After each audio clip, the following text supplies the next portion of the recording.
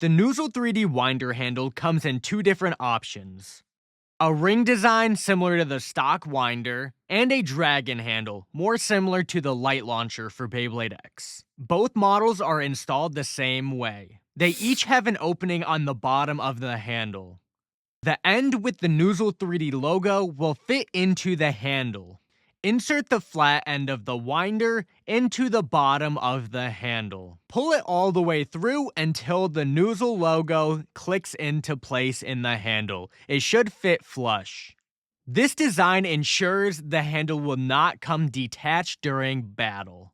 To uninstall the handle, push up on the Noozle logo as you push the winder back in the opening.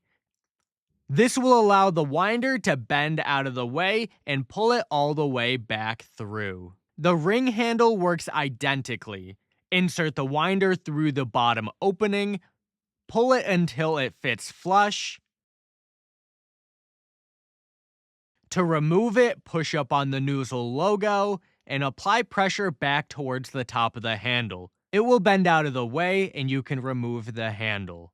With any other questions, email support@noozle3d.com.